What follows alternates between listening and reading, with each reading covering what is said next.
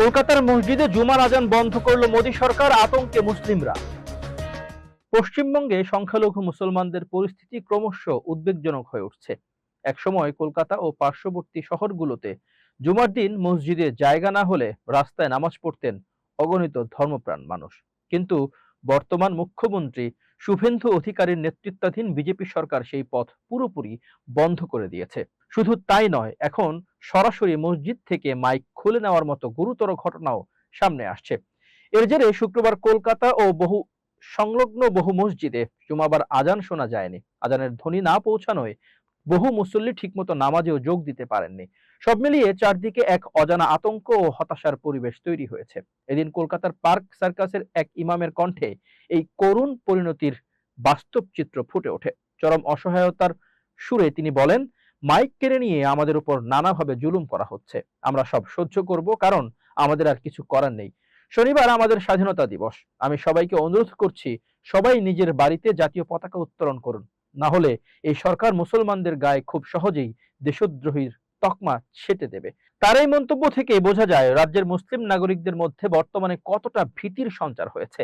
এর মধ্যে মসজিদের মাইক খুলে নেওয়ার এই বিতর্কিত বিষয়টি গড়িয়েছে কলকাতা হাইকোর্ট পর্যন্ত। বৃহস্পতিবার কলকাতা হাইকোর্টের ভারপ্রাপ্ত প্রধান বিচারপতি তপব্রত চক্রবর্তী ও বিচারপতি অতরূপ বন্দ্যোপাধ্যায়ের ডিভিশন বেঞ্চে এ সংক্রান্ত একটি জনস্বার্থ মামলা শুনানি হয়।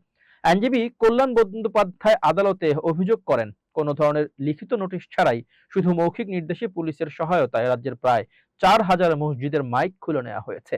তিনি বিচারপতি ভগবতী প্রসাদ বন্দ্যোপাধ্যায়ের বেঞ্চের পুরনো রায়ের প্রসঙ্গ টেনে সব মসজিদে পুনরায় মাইক লাগানোর অনুমতির আবেদন জানান। পাশাপাশি ধর্মীয় আচার পালনের ক্ষেত্রে কেন এমন পক্ষপাত দুষ্ট আচরণ করা হবে সেই প্রশ্ন তোলেন তিনি জানান, শুধু হুগলির চাঁদদানি থেকে অন্তত ১০০টি মসজিদের পক্ষ থেকে এমন আবেদন আসতে পারে।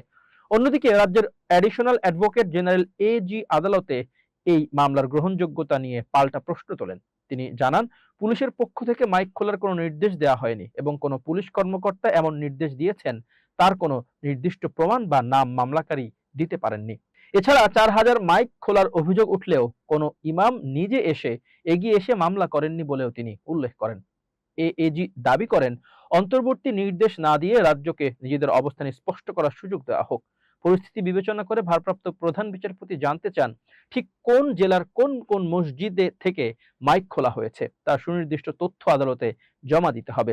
পাশাপাশি আজান দেওয়ার ক্ষেত্রে মাইক ব্যবহারের শব্দবিধি মানা হচ্ছে কিনা সে বিষয়েও তিনি প্রশ্ন তোলেন। আগামী 18 আগস্ট মামলাটির পরবর্তী শুনানির দিন ধার্য করা হয়েছে। তার আগে রাজ্যকে নিজেদের অবস্থান জানানোর নির্দেশ দিয়েছে কলকাতা হাইকোর্ট। এই তীব্র আইনি ও রাজনৈতিক বিতর্কের আবহে গত সপ্তাহে রাজ্যের মুখ্যমন্ত্রী শুভেন্দু অধিকারীর একটি মন্তব্য পরিস্থিতিকে আরো উস্কে দিয়েছে। তিনি জানিয়েছেন, সরকার কোনো নতুন আইন আনছে না, বরং 2020 সালের হাইকোর্টের নির্দেশিকাই কার্যকর করছে। মুখ্যমন্ত্রীর দাবি, ধর্মীয় স্থান বলতে মন্দির ও মসজিদ উভয়ই বোঝায় এবং সেই অনুযায়ী ৪২০০টি মসজিদ ও ১,০৯৬টি মন্দির থেকে মাইক খোলা হয়েছে। কিন্তু সরকারের এই পরিসংখ্যানে বিন্দুমাত্র আশ্বস্ত হতে পারছে না সংখ্যালঘু সমাজ। তারা জানান, এই পদক্ষেপ আসলে স্বাধীনভাবে ধর্ম পালনে বাধা দেওয়ার একটি সুকৌশলী প্রয়াস মাত্র। সব মিলিয়ে এক দম বন্ধ করা ভয়ের আবহে শনিবার স্বাধীনতা দিবস পালন করতে চলেছেন পশ্চিমবঙ্গের সাধারণ মুসলিম নাগরিকরা।